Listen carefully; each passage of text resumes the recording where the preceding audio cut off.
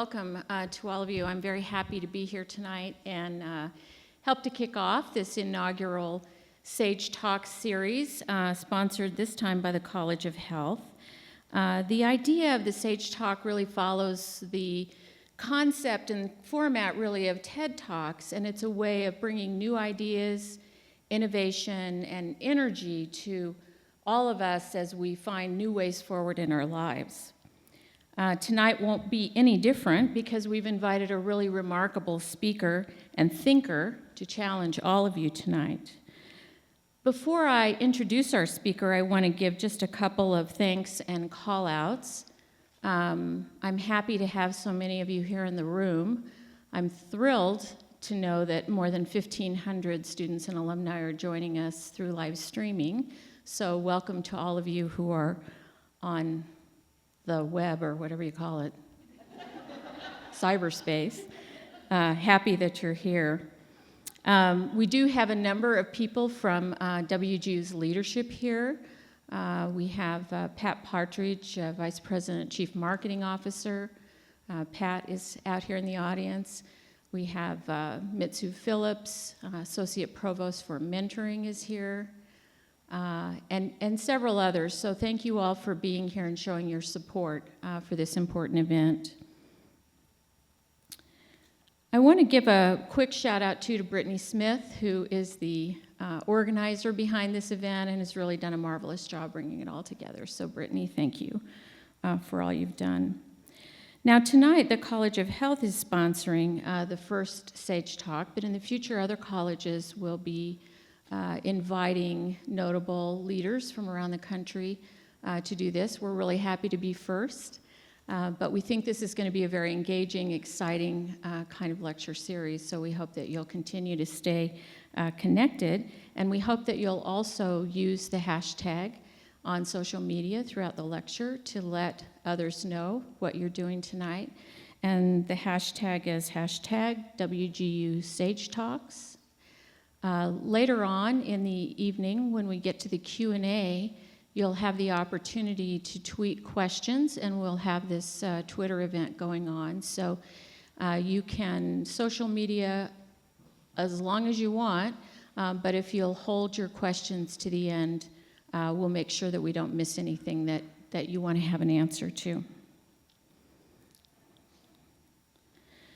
So from the advanced materials for tonight's talk, and I hope you all picked up one of the brochures, and those of you who are in the room also got a small gift for attending. You know a little bit about Dr. Malone already. You know that she is among the 100 most influential people in healthcare, as named by Modern Healthcare magazine many times over. You know also that she is a member of the Institute of Medicine, a former Assistant Secretary of Health for Health and Human Services. She's had leadership roles all over the country and across the pond, where she was once General Secretary for the Royal College of Nursing, as well as President of ANA, and currently the CEO of the NLN. But I want to tell you a little bit about why she's so influential. When I first met Bev, I was relatively early in my career, and it was really in that first meeting that she referred to me as a colleague. Well, I was just bursting with pride. I couldn't imagine this influential, bright leader calling me her colleague. So I was really quite honored and thought a lot about how great it was to have such a great colleague and how important I was. So soon after that, we engaged in some national projects together, and Bev referred to our team as colleagues engaged in important work. And over time, at that time, I sat up a little straighter. I felt a little more accountable, a little more serious about what I was there to do, and thought, wow, I'm a colleague doing important work. So over time, I learned that being Bev's colleague isn't only an honor, it's a call to action. It comes both with expectations and with support. She taught me the deeper meaning of the word, and in doing so, she called me to lead. Tonight, I'm so pleased to be able to give each of you the opportunity to hear your own call of action in her words. It's my great pleasure to introduce my friend and colleague, Dr. Beverly Malone.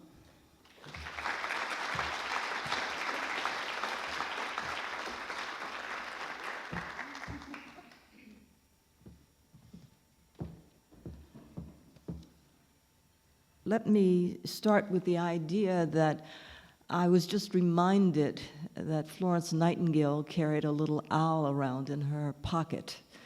And so it seems like on the front here, there's an owl, right? And the sage. And there seems like there's a mighty knowable connection between Florence's owl and WGU's owl. So something to think about. I'm here to talk with you about leadership, and for me, it just seems like a natural thing to be talking about at WGU. I've been on the advisory board for quite some time in nursing, and I know that it's all about leadership here. The National League for Nursing, and I'll use the National League as an example because that's where I work every day and that's what I do. The mission statement, it helps to have one because then you can figure out as a leader, where am I trying to get to? What am I trying to do? And where am I trying to go with my colleagues? So the National League for Nursing has a mission statement, promotes excellence in nursing education to build a strong and diverse nursing workforce, to advance the health of the nation and the global community. Now, I have to admit something, that at first, the mission statement only went as far as to build a strong and diverse nursing workforce, period. And then my board started to think about, well, maybe there's more to it. Maybe there's an onboarding, there's a clinical profession out there that it's not just about building a strong and diverse nursing workforce. And they said, oh, to advance the health of the nation, period. And then it came to my colleagues and my board that it really had something to do with advancing the health of the global community also. That the walls have been torn down between our nations, and although there's still water between, it seems like every day we come closer and closer. So the mission statement is totally promote excellence in nursing education, to build a strong and diverse nursing workforce, to advance the health of the nation and the global community. That's the mission. Now, in order to complete any mission, you need some core values, I believe, sort of supporting that mission statement to get it done. They're usually called, just those wonderful dynamic and integrating core values, and we have 4 at the National League for Nursing that I want to talk with you about tonight. The first one is caring, and you said, the nursing, of course it's caring. Well, yes, it is, and I'm very proud to say that we care. And the definition for that is promoting health, healing, and hope in response to the human condition. Most of us have gotten the idea of promoting health. We are tired of an illness system that you don't get noticed until you get sick. Maybe there's something about keeping people well that we need to make sure we pay attention to. And I've seen this over my career move from an illness system to a health system. Promoting health, healing. Well, colleagues, I found that I was a healer, and many nurses realize that it's not that I'm unique about it, but I didn't know it at first. I didn't realize that I was a healer. And now I know that there's something in me and about me that is healing with others.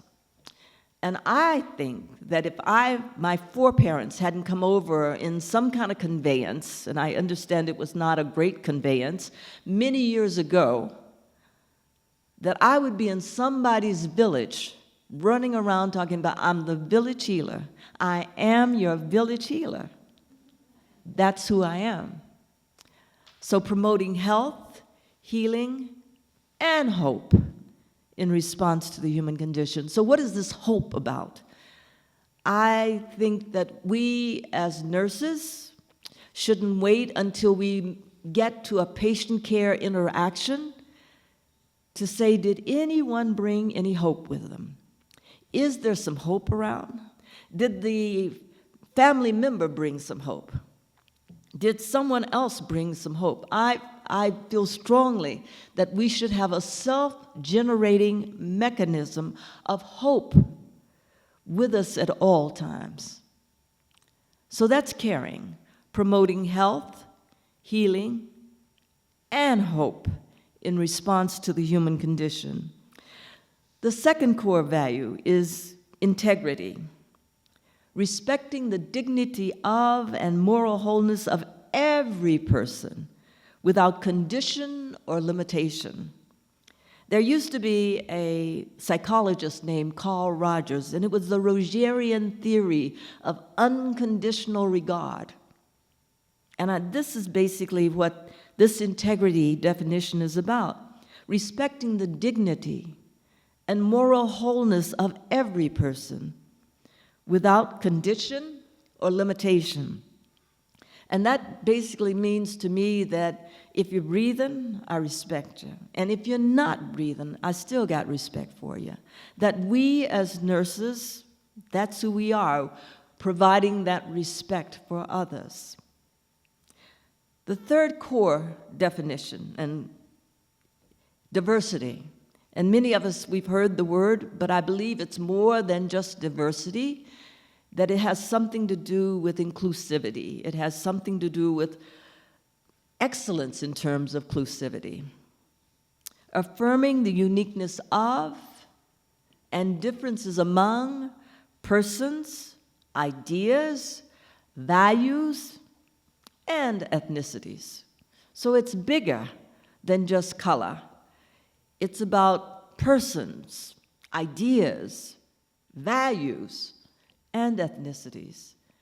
Anytime we bring a different person into a system, it becomes more complex. People of differences, I know that diversity is supposed to make everything wonderful and beautiful, but colleagues, let me tell you, it just becomes more complex. And so that means as a leader, you got more to deal with. And supposedly, and in reality, that's a good thing, because the people we care for as nurses, they're complex. It's not a simple situation. Affirming the uniqueness of and differences among persons, ideas, values, and ethnicities. And then the final one is excellence. That's the fourth core value that the League uses to hold up its mission, and that any leader is going to need some core values. This one is co-creating and implementing transformative strategies with daring ingenuity. Now, I know you want me to say that one again. Co-creating, let's just stop right there. That means you didn't do it all by yourself. You may be leader number one, leader number two, leader extraordinaire, but you just didn't do it all by yourself. Co-creating. Even this wonderful event tonight, I've met at least 6 people, all who were involved in co-creating this event. Co-creating. And it's not enough to co-create. You got it? Oh, we did it. Look, it's sitting over there. You got to implement it. Co-creating and implementing transformative strategies. Someone asked me, Bev, well, you use the term transformation on a regular basis. What is transformation about? So ask me a question, colleagues, I will definitely give you an answer. If I give you $1 and you give me back 4 quarters, you have given me change. Thank you very much. If I give you $1 and you give me back $5, we have transformed the situation. We are looking for transformation, something that's bigger than what we started with, that makes more. And then this whole idea of excellence being something that is unmovable. It's just, you get it and you keep it forever. I was excellent back in 1994 when I met Jan, and I'm still excellent, right? No. Doesn't happen like that. It doesn't stay solidly still. Excellence kind of moves out in front of you. You think you got it, and it's already moving in front of you. It's something you're always reaching for. You're always grabbing for it. That's excellence, trying to get a hold of it. It's a moving target, as some people say. And as some of you may be faculty members, teaching students somewhere, I just want to encourage you to keep moving, to keep reaching for the excellence. And then this whole thing about daring ingenuity is one of my favorite thoughts. Daring ingenuity means eventually you will come to a cliff. Yes, I did say that, a cliff. And the possibility is that you might just fall off that cliff. Now, if you know the cliff is coming, as a leader, you want to get to that cliff before anybody else does and put in the chasm a safety net to make sure that when you fall with grace. You fall with just lovely. Didn't Bev Malone, did you watch how she fell that time? Wasn't it lovely how she fell? Well, if I know my safety net is there, I can surely fall with some grace. But if you live long enough as a leader, eventually you won't be able to get to the cliff fast enough. It'll be one that catches you by surprise. And you just have to fall ugly. But it's never been about how you fall. Thank goodness. Colleagues, it's always been about how you get up. And whether you have others there to help you in that process of getting up. So, excellence, co-creating and implementing transformative strategies with daring ingenuity. And that's what we're looking for. Now, my understanding that the smartest guys in the room had 3 out of 4 of these core values. The only one they didn't have was caring. And I think they ended up in prison. So it's not that you just have your core values. You actually have to use those core values. You actually have to have someone who holds you accountable for those values. And you even have to begin holding yourself accountable for those core values. Now, there is it used to be, I think it's gone off TV now, there's a commercial on TV. Can you still hear me? Commercial on TV that is Fidelity. Now, I am not selling anything Fidelity, but it is a Fidelity, it used to be a Fidelity commercial. And the commercial goes that this green carpet kind of rolls out in front of you. And to me, that's your core values, rolling out in front of you. And that's how you know, I've got a carpet out there. I got a green one at that. So I know when I'm on my carpet. I know when I'm off my carpet. I know when I'm using my core values. I know when I've kind of left them behind a little bit. And you can tell me, and I can say, I need to get back on my carpet. I need to find my green carpet. I need to make sure that as a leader, that my values are there and I am clear about what they are. And that I'm using them. And that others watching me, looking at me, can hold me accountable to them. Because I'm just not perfect. I know when you looked at me, you thought I was. But the truth is, I'm not perfect. And that means I don't perfectly use my core values all the time. and that I can be held accountable for not always using them. I know nurses are perfect, but at least the public thinks, you know, the Gallup poll that says we are the profession that is most valued and trusted by the public, and that has been happening forever, except there was 1 year where the firefighters were more trusted and valued, and we know what happened that year. So, hold me accountable for my core values. If you're a leader of any worth, put your values out there. Let others hold you accountable, and you hold yourself accountable for your core values.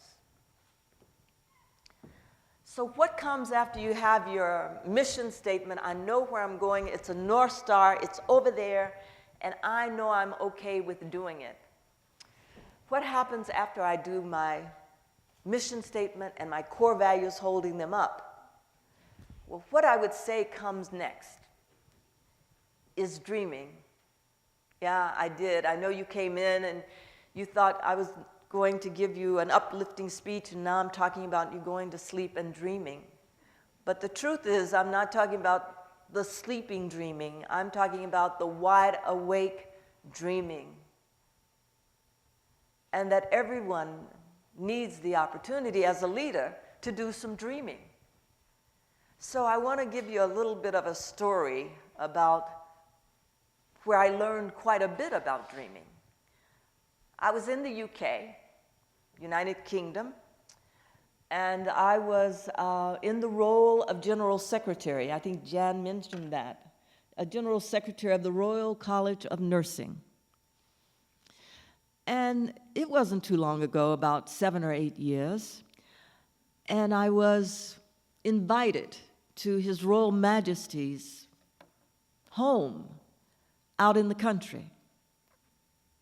Now, if you know anything about me, you know I'm not from the city. I'm from the country, and so inviting me to the country does not impress me very much. I would have rather have been in the city where the palaces are, not out in the country. But everybody got excited in my organization that I had been invited to His Royal Highness's country estate. And so they said, Bev, you got to put on your finest, you got to go out and buy your finest, and you got to look basically la-di-da. And so I did from head to toe, colleagues, I was la-di-da. And I got in a conveyance that was lovely, and the gentleman drove me out and out and out into the country. And it was raining because it was England, right? And I went up this very sort of curving road, and I arrived at His Royal Highness's country estate. So I get out of the car, of course with a lot of help and assistance there. Men servants are everywhere, and the first manservant welcomes me, Dr. Malone, welcome to His Royal Highness's home. And then I take 3 steps, and there's another manservant, and another 3 steps. And I don't know why, colleagues, they are all men servants, but that's what it was. So I get into the vestibule of this very nice, elaborate home, maybe palace, and I'm asked, would you like to see His Royal Highness's garden? Well, I take a look outside at His Royal Highness's garden, and I look at the garden, and I look down at my shoes. These are new shoes. And the garden is wet and muddy. And I think, why would I want to go into His Royal Highness's garden? It's muddy and wet, and I have on new shoes. So I kindly declined. And I said, I'm sure I have made a mistake already by declining to go to his garden, but I am not going to get my shoes muddy. So I go into another garden area, and colleagues, it is lovely, and there are about 80 of us there. And they put us in pods of 10. So there are 8 pods, And then His Royal Highness, this is Prince Charles, by the way, His Royal Highness stops at each pod, and we get an opportunity to give our 2-minute elevator speech about our organization. You know, the one you're supposed to have? And so I give my 2-minute elevator speech, done. I feel very good. He was very nice and kind, and went on to the next group. So I'm standing there sort of looking at all that's around me, and I have to say I'm very impressed. It seems so many possibilities are there, and the new things that are happening, and it looks as if he is a leader, just from looking at what's there. So one of the men servants, another manservant, comes up to me and says, "Dr. Malone, would you like to dine with His Royal Majesty tonight?" And I said, "Sure, that's why I'm here." I mean, you know, I was invited to dine with His Royal Majesty. I got that. He said, "No, ma'am, you don't seem to understand. I mean, with His Royal Majesty." I said, "Well, you'll have to say more." He said, "At the table with His Royal Majesty." I said, "Oh, why?" I mean, why? It just didn't make sense why he would want me at his table. So the manservant says, "Well, he likes interesting people." And I think, well, they've never have had an African American in this position. True. They've never had anybody but a Brit in this position. They didn't have, if you were Welsh, Scot, Irish, no. Only Brits occupied this position. So I guess I fit into the category of interesting. I didn't say this out loud. You'd be very proud of me. This was all in my mind. So I said, "Sure, I'd be happy to dine with His Royal Highness tonight." So I go to his table, and I'm sitting on the right-hand side of him, and the sponsor of the event is on the left-hand side, and Camilla is in the audience. Not in the audience, at another table. They were not married at the time. So I say, "Okay, you've got His Royal Highness for half of the evening. The other half you will give to the person on the other side. And you are a psychiatric mental health nurse extraordinaire. So you need to come up with something that would make sense, that would capture his attention for all of nursing around the world." I mean, this is pretty heavy. But at first, I'm just looking at my forks and knives and how this whole table is arranged. So I'm very sort of involved. Then I start speaking with him, and I realize I can't think of anything that would be formidable to say. So I go back to Nursing 101, which is, tell me about your day. Start with the morning when you get up and just go through your day. And I have never had anybody who didn't move into that mode and start telling me about their day. And he did exactly that. He said, "Well, I get up and I put on my clothes," and I thought that was amazing by himself, you know. And he said, "And then, I had an injury. I fell off a horse playing polo, and so I have a back injury, and so at times I do my exercises every day." And I realized that, that made sense. And then he started to talk about all the entrepreneurial activities he does in the day. And it was quite amazing. I realized totally that this was a leader that I was speaking with. And so I knew, colleagues, exactly what I wanted to ask him. It was simple. Where do you dream?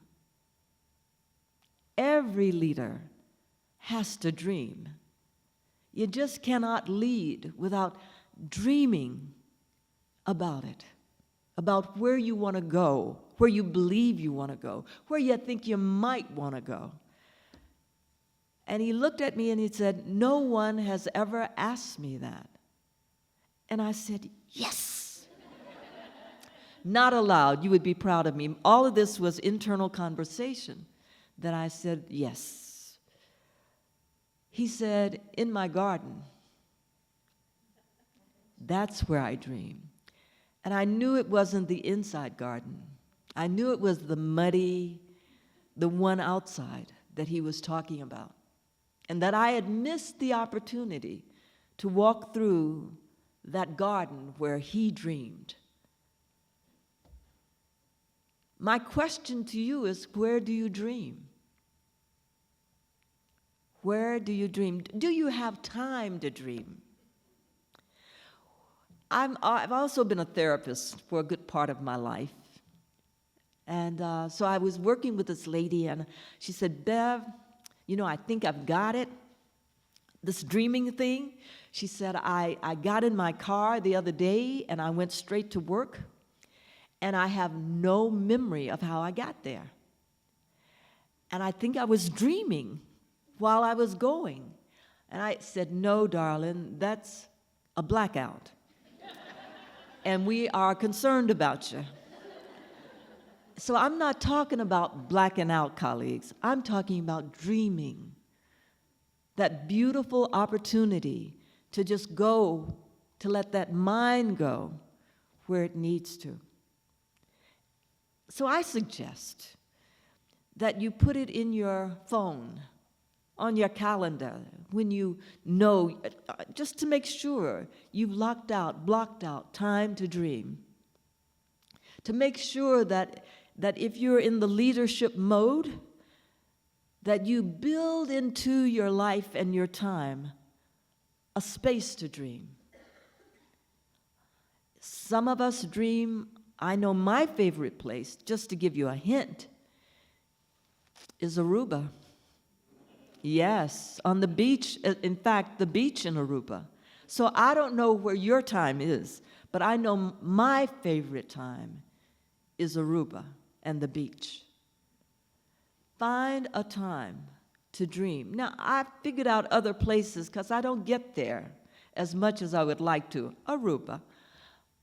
So I have other places to dream. But Aruba's not a bad place to start. Think about where you want to dream. Is it a garden? Is it just a particular space in your home, in your house, in your life, that you take the time out to dream? So, dreaming, I think it's a lovely, lovely concept. I think it's a lovely activity to do the dreaming. And once you get your dream, then you can move on to your vision. I know people are always moving to vision immediately. If you're a leader, you've got to have a vision. Well, how do you get a vision without a dream? You need the dream in order to get the vision. And a vision is a great thing. It's always good to have a vision. But a vision without action is a hallucination. I did remind you, I am a psychiatric mental health nurse, and I also happen to be a clinical psychologist, so it's okay to have some hallucinations. I have never been against hallucinations. And with these headphones on, you never know when people are hallucinating. And the data show that most of us hallucinate at some point in time in our lives. You just usually don't tell other people about it. But the vision I'm talking about is one that it's like a tree without any leaves on it, And you envision what those leaves might look like. And then the action is, here I'm going to co-creation, that you invite others to put leaves on the tree along with you. That's the action piece. You don't try to do your vision all by yourself. You invite others to work with you in terms of envisioning what started out simply as a dream that became a vision and that you added some action to it. A vision without action is a hallucination. But if you're going to get the action together, I've decided that it really takes power to do that. Yes, I did talk about power, and I have to say that as a nurse, I was very much afraid of power. When I went to undergraduate school, I said, I don't want to go into business. It's too much power in there. I mean, you know, power and money seem to be connected, and I just don't want any part of that. Only to find out that power and money were in nursing and healthcare, and that you needed power to deliver quality care to patients. And it helps to have some money to deliver quality care to patients also. So the thing that I thought I was running from, I found I was running to. So I want to talk to you about power as a way to enact the visioning, not the dreaming, but the visioning. The first type, there are 5 types of power that I want to run by you, press to you. The first one is informational power. Nurses have more information about patients than any other group of providers that I know. And it's just simply because we spend 24 hours a day with our patients. That's who we are. That's how we do it. And those of us who are not spending the actual 24 hours, we are getting the information. We are teaching that you have to know that's how it rolls in nursing. It's a 24-hour operation to be close to that patient and to know what's going on. And it's not just with the patient, it's with the patient, family, and community. But informational power. I know some nurses who believe that they actually have to be there 24 hours a day. Sometimes they're managers, sometimes they're supposed to be leaders, and I try to help them and tell them that you don't have to do all the 24 hours by yourself. It's called a team. It's called an entire team that can work. And I have reminded some nurse managers that their staff may be praying and taking up a collection for them not to be there. Every now and then, I mean, you know, vacation, holiday. So in nursing, we have this thing about being on site all the time. And as a leader, you have to pull that away a little bit and understand, and maybe there are other places than nursing where we don't get the understanding that we don't need to be on duty 24 hours a day, that we actually need to pull away from that the information can be shared. It can be passed from one person to another, and how you communicate that information is so critically important. Or not, if you don't communicate it. Some bad things can happen. In nursing, really bad things. But there are other types of organizations and work situations where, if not communicated effectively, bad things happen. Informational power.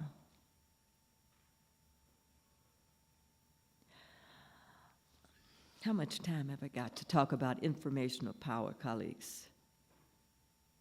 I'm going to move on. Informational power. The next type of power is called legitimate power. That means you didn't steal it, borrow it, you earned it. How important is that? And in nursing, the legitimate power is our license. I mean, wow, how about that? The license. And I can remember when I took my boards for my licensing, it was in a barn, B-A-R-N, in Ohio, a barn. And they tried to make it smell like it wasn't a barn, but you could tell that the animals had been in there the night before. And we were sitting at these tables where these monitors kind of marched up and down. And it was a very, at that time there were no computers, and so it was by hand we took it. And the amazing thing is that different ones of my colleagues had different reactions. I know one of my colleagues, She cried the entire time. Boo-hoo after boo-hoo. And they gave her tissues after tissues. But you know that girl passed that exam? And I think I learned from that tears just water the grass. There's nothing wrong with crying if you get through it. Then another one of my colleagues, she said, it's coming up. It's coming up. And it did. It was on the floor. She felt so much better. And the third one was, she just did the Southern thing. And I don't know if you know what the Southern thing is. When she got to a question, she said, when in doubt, pass out. And so she just passed out. They just rolled her out of the, but she also, all of my colleagues passed the exam. They were authorized, legitimized to give care in the state of Ohio. How powerful is that? Legitimate power, informational power, legitimate power. The third one is charismatic power. And charismatic power is, you got to smile. You got to break it. You got to break that jaw into a smile. I believe wholeheartedly that we all have the ability to be charismatic, but we all don't behave that way. And that we in nursing need to do it more often. Nurses are some of the most joyful people I know, but at times seem some of the most in pain people that I know. So we need to have that charismatic piece about us. And some folks believe you're born with it, or when that nurse midwife smacks you on the bottom, it's smacked into you. But I believe wholeheartedly that charisma is something you can learn, that you just need to practice, smiling and breaking the face into a smile on a regular basis. The next one is coercive power. And this one is like, the horse's head in the bed, coercive power. I had 4 adolescents in the house at the same time. And so every now and then, colleagues, I had to use coercive power. And I remember I would tell them, if you don't do your homework, wash the dishes, you will never see those young people out there again. I know they're your friends, but no, you will not see them again. That's coercive power. 2 alternatives, one being more attractive than the other. They graduated. Thank you very much, yes. They are all solidly okay. Coercive power, keep it in your back pocket. You don't want to use it all the time, but when you need it, you need to go get it fast. 2 alternatives, one being more attractive than the other.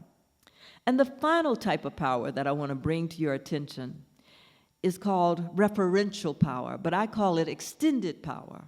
And this means that if I know Jan Jones-Schenk, and you know Jan, you and I should be able to get along and do some business together, because that's extended power, that's referential power. Another way to say it is mentoring is a big piece of referential power, extended power. That we all, if we're leaders, we need mentors. And we need mentors on a regular, daily basis. We need more than one mentor. One mentor cannot meet all your needs. And I know someone told you they could. All you need to get is one mentor. Not true. You need a multitude of mentors, because you're a multitude of a person. There's more to you than just one part. Maybe there's a part of you that is globally visioning that's what you want to do. Hey, you need somebody who understands the global nature. Maybe there's a part of you that's politically leaning. You need someone who politically understands. Maybe there's a part of you that is psychologically or psychiatric nursingly leaning. You need a good psychiatric nurse, good clinical psychologist. You need a multitude to be mentored into where you want to go, what you want to be, how you want to do it. Did you know that if you don't have a mentor, people will see you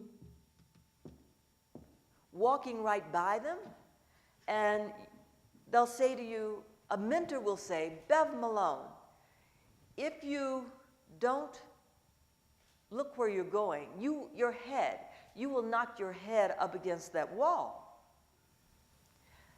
That's what a mentor can say. Move over to the right, turn the knob, and open the door and walk through. A mentor can distinguish between a wall and a door. How powerful is that? Did you know there are some people sort of watching you as you knock your head up against the wall? And they're saying, how many times? They may have a list. They may be using their iPhone. How many times has she hit her head up against the wall? That's what a mentor can do. That's how powerful mentoring is. That's why every leader needs a mentor. So, I don't know if you remember the 5 types of power, but I'm going to give them to you very quickly. Again, informational power. You just need to know and you need to share on a regular basis. Legitimate power, it's yours and you earned it.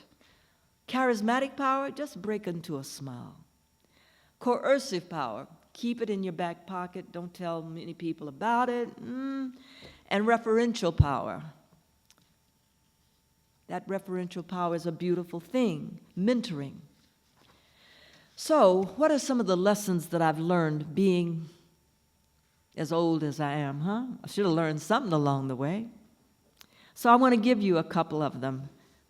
And then I'm going to talk to you about taking care of yourself, and I'll open up for questions. Where's my colleague? Are you watching me?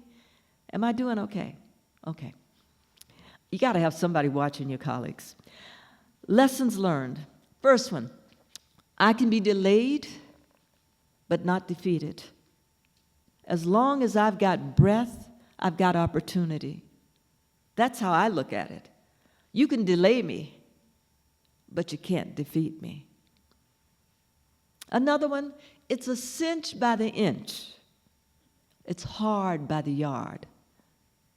Every now and then, especially if you're in school, for all the students out there, and I understand there are quite a few, inch along and celebrate every inch of the way.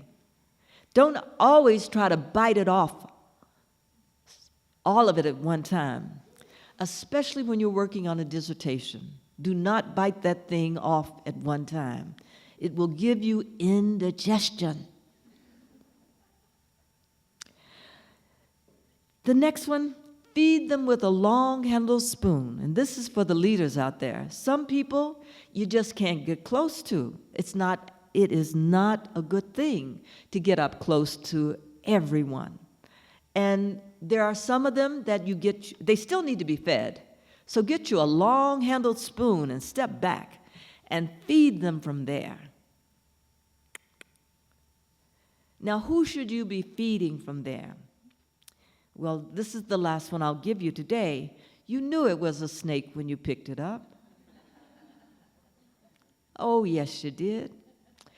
You know, I'm from Kentucky, and so it goes like this. This older woman out in the hills of Kentucky on a cold, cold night, and she's walking by, and she looks along the road. Up the road, there seems to be a piece of wood, a kindling in the road, and as she gets closer to it, she realizes it's not kindling, it's a snake. So being the generous woman that she is, she picks it up and puts it in her bosom. Because she's a nurse, too, and, you know, we are so kind. So she gets to her home, and she sitting by the fire, and suddenly she understands that the snake is thawing, and the snake bites her. And her conversation with the snake goes like this. All those people who passed you by, and you bite me, and I picked you up. And of course, the snake says, you knew I was a snake when you picked me up. So I just recommend that do a snake calculation around you to see how many you got with you, just so you know, how many snakes do I have with me today? And it's not that you get rid of all of them. Some of them you need to feed with a long-handled spoon, but know which snakes you got and how many you got. The last thing I want to tell you is to take care of yourself. And that has to do with picking up snakes too. But the stresses that are going on in life. And I'd give this to you no matter what level of a student you are, what level of a faculty, administrator, this is for everybody. There are 3 types of stressors. The first one is inevitable stress. It's coming at you whether you like it or not. It's inevitable. And that's usually aging, have you noticed? Illness and death. If you never got sick a day in your life, guess what? You died first. That's your accomplishment that they'll put on your tombstone. She died first before she got sick. If you live long enough, you will get sick. Inevitable stress. The second type of stressor, imposed. Colleagues, that means somebody had the audacity to give it to you. You understand that? And you had the audacity to accept it. Yes, somebody's got it out there. To accept it. I have a methodology for dealing with given stress, imposed. I look at it, doesn't look like Bev Malone stress.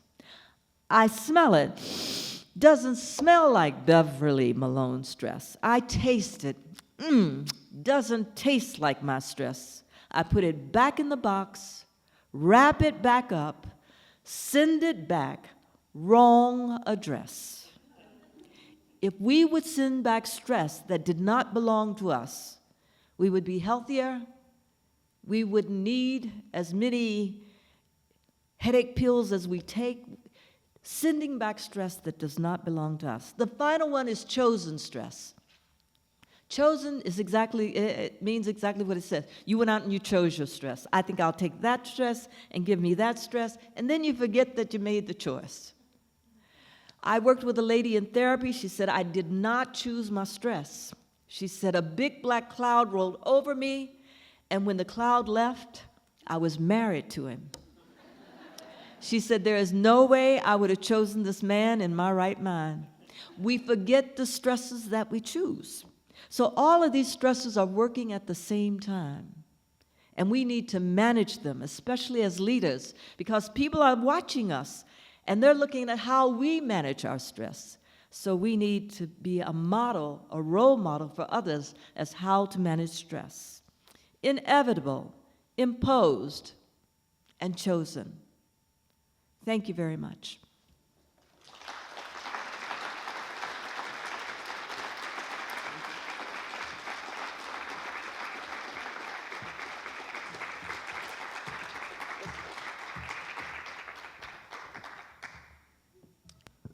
Did you feel called to action? We have some time for some questions and answers. So for those of you who are joining us online, please remember, and even those in the room who are using your social media, use the hashtag WGU Sage Talks, and we'll be accepting questions via Twitter and also here in the room. So if you have a question, if you'd raise your hand, we've got some people with microphones that will come around and we'll hear your question. We'll kind of go back and forth between the online and the in-room questions. So anybody want to start here? Oh, here's somebody up here with a question. You mentioned the role of the nurse manager, and I think within our profession that's probably one of the most challenging roles in nursing today. And so what are your recommendations? I feel like that role needs to evolve and change in order to recruit into that role. You know, it's historically been very long hours and many demands, and the nurse manager really being positioned between, supporting their staff and also working through challenges with administration. What do you envision the nurse manager of the future looking like, and an ability for us to recruit into that very valuable role? A healthier role, a healthier person in the role. You know, I think that we can be these dynamic, I'm taking care of myself, could the staff please take care of itself, kind of person. And I think that it's a group thing, and yes, we will work with our colleagues across the way who are physicians and who are working hard as we are, and the pharmacists and the social workers, and yes, we do all of that. We are the brilliant ones. Do you understand that? Yes, okay, you're the brilliant ones. And we do all of this, and we do it with some humility also.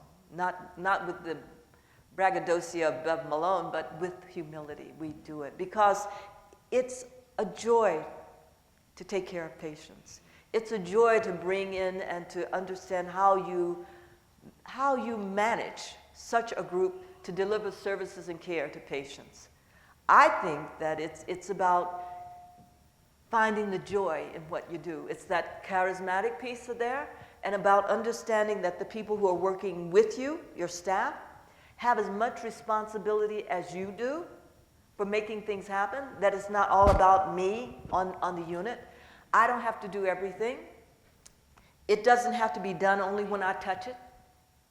I can move back and let my colleagues do it. And I think the moving back part is the hardest piece for nurse managers. I know how to move forward, but goodness, where is the reverse drive? How do I move back and let this wonderful team that I have do those things? So I'm seeing not just the future, the now nurse manager as someone who understands moving forward, that there's rhythm to it. It's a dance of leadership. And that is something that just doesn't go there, that I get me a mentor who helps me think about things, about my career. Oh my goodness, I have a career? I'm not just a nurse manager forever and ever. No, I have a career. So I think it's all of those things that are there, that are possible, that would give that nurse manager a lot of joy. And I think it's putting joy into the role. Thank you. Dr. Malone, I have a question from online. What is the single best thing today's nursing educators can do to improve themselves and thus improve nursing's future? Get educated. I just believe that nurse educators need to be educated. I mean, you deserve to grow as much as anybody else, and that you're not necessarily born educated. You're not necessarily born knowing all the ins and outs of nursing education and the new possibilities. Jan and I were just talking about virtual simulations and virtual reality. I mean, wow, that's pretty new. And are we up to date? Are we up to snuff with that as nurse educators? Can we do that? I mean, can we understand that? And how do we share that with our students? So I believe nurse educators need to stay educated and feel good about being educated, being full of education, and how that can be shared with their students. It's a lot of the same things I said about the nurse manager, because the other thing is they need some joy. And when they get joy, they can share it with each other.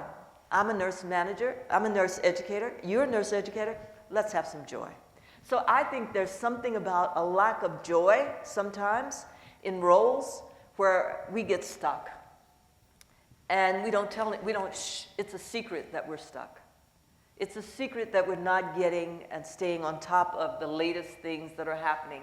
Nobody talks about it, and we're just gonna act as if we all know, but we know we don't. Staying on top of the newest knowledge, the newest information, I think that is a real joy, and that is so critically important for the students of today.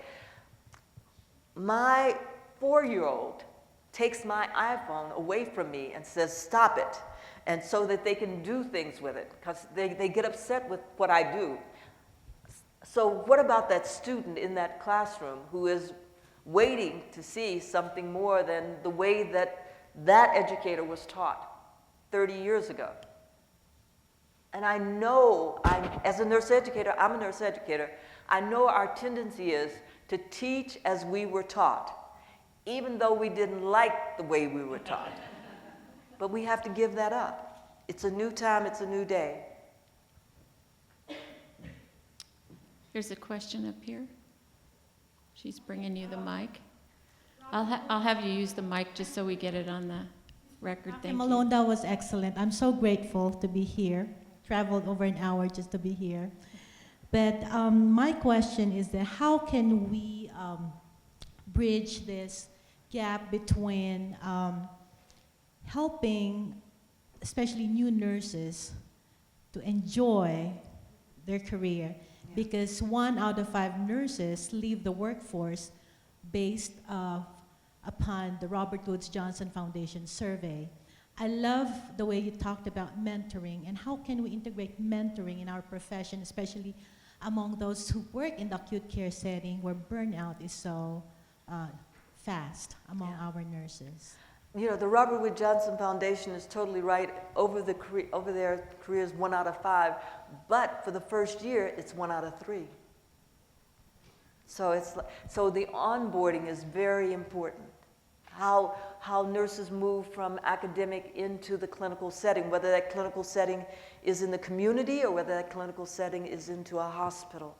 It's that first year of feeling totally out of sorts and unprotected. So I think we should talk to some of those who've been around a while about their behavior. And most of them feel like they're queens and kings. So we gotta set them down and reorient them to humanity. That no, part of your responsibility is working effectively with all those that come in the door. It's making a place, scooting over, scooting back every now and then. Yeah, teaching them too. No, they're not, when they come in, they don't know everything.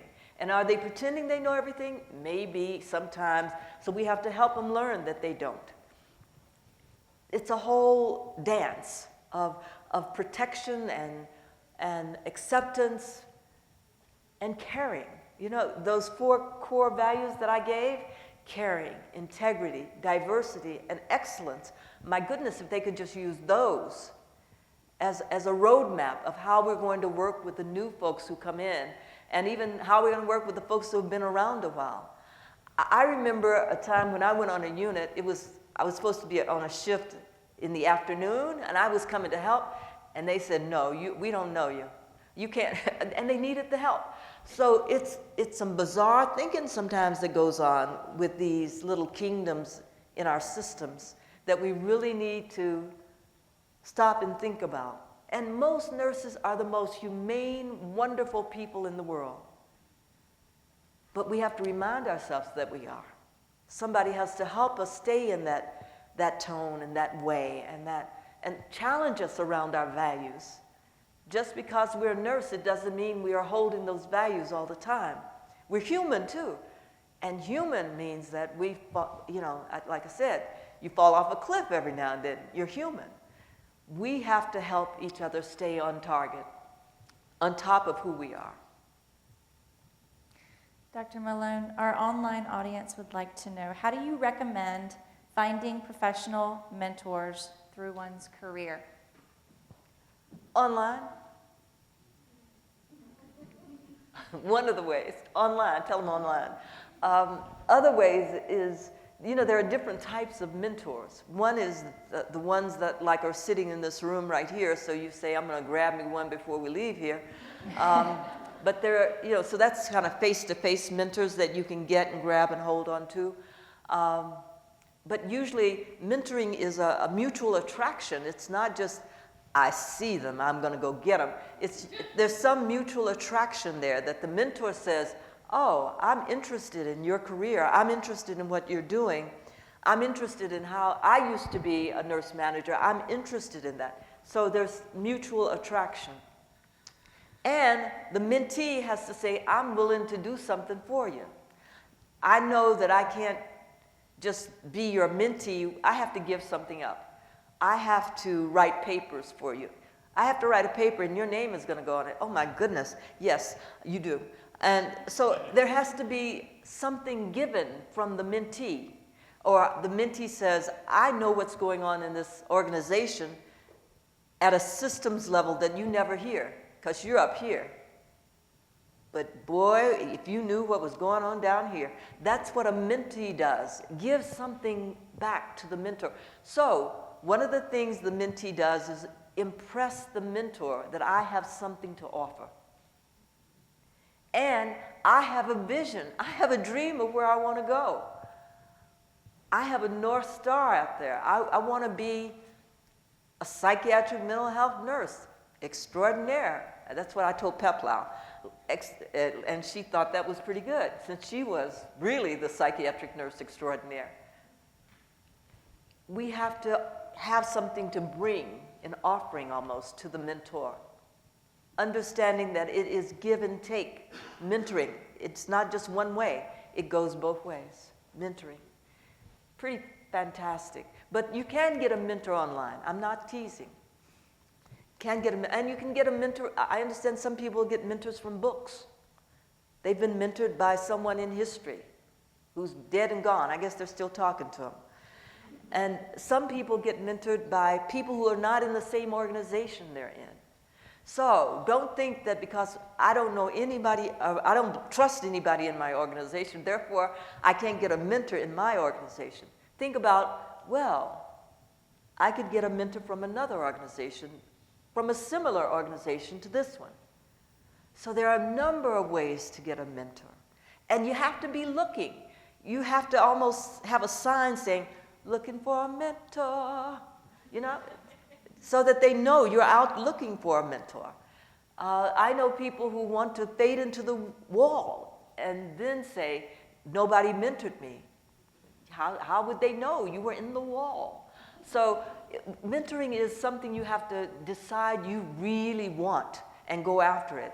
My mentors have been through the study. Like I said, I'm a psychiatric nurse. So a lot of my mentors have been through my work. And I'm a clinical psychologist. Bingo. I've got mentors who are psychologists, who are psychiatric nurses. I've got mentors who love global, because I like global stuff. I've got mentors who love politics, because I'm a political nut. So it's about who I wanted to be. I have mentors that have helped me with various parts of myself. So you need to understand who you want to be. Not the whole thing, but you know, I kind of want to do politics. This last election cycle has got me into believing that I'm ready to do politics. So I'm looking for a mentor who knows politics. It's that kind of an understanding of who I am. I may not have all the parts of myself, but I got quite a few that I know that I want that. I know that I want to be a grand psychiatric mental health nurse.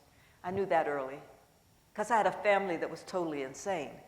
And I really do. And so I figured out that psychiatric mental health nursing, I could help them. It didn't work out that I helped anybody, but... Other questions in the room? There's one.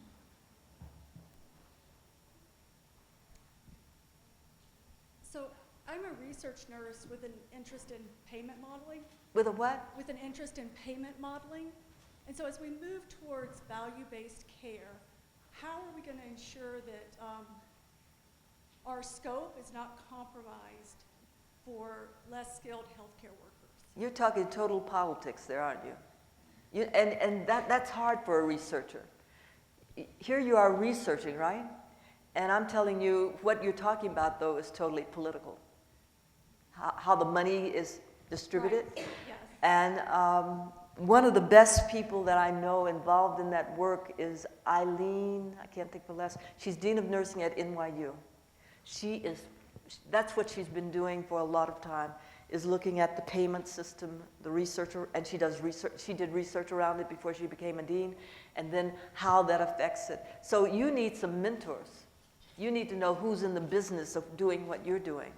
And once you understand that, you can talk to them. Email.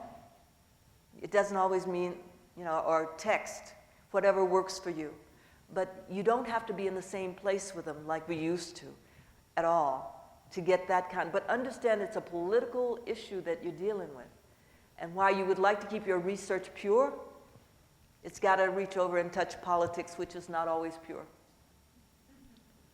Well, what I want to do is ensure that the profession of nursing is not compromised in our quest to have less expensive care.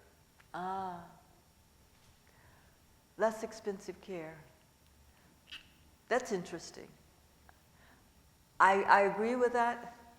With where you going with that? The less expensive care? I think that nurses are strong enough and men and women enough to make sure that we don't get compromised in that process. You know, and I know that right now our salaries are here still, and our physician colleagues' salaries are here, right? Still. Except unless it's an employed physician, it may be very equal to it may be very equal these days. So, radiology up here. But I think it's not a question of what is the real value to the patient. What should be, and that's what Eileen was doing. What is the real value? Maybe this is a little extraordinary, huh? Maybe it needs to be brought down a little bit. And ours brought up a little bit, but it's not necessarily that we should get, it's up here, boom. To me, that's not the picture. I think we really need to be careful about that and not overly extend ourselves in terms of salary issues like you're saying, but at the same time get what we would deserve with other providers, not just physicians, other providers. Another question from online. Talking about politics, this relates. How do you manage up as a leader when you and your manager do not share the same vision? It's called managing up. Yeah, it's called understanding that I've got to manage whoever my leader is. And that never stops, colleagues. No matter how high you get, you're always managing your boss. So you need to figure out how to do that. That's, colleague online, you need to know how to manage your boss. And it's a skill. And you study it, you work at it, you pray about it if you believe in prayer. And you work on that in terms of how I manage the person that I report to. And there is not a person in this room who doesn't report to somebody. I report to a board. So I definitely have to manage my boss. And it's multitasking to manage that group. Thank you. I think we've just come about to the end of our session tonight. I want to thank you all. I want to invite you to thank Dr. Malone for her wonderful remarks this evening. Thank you.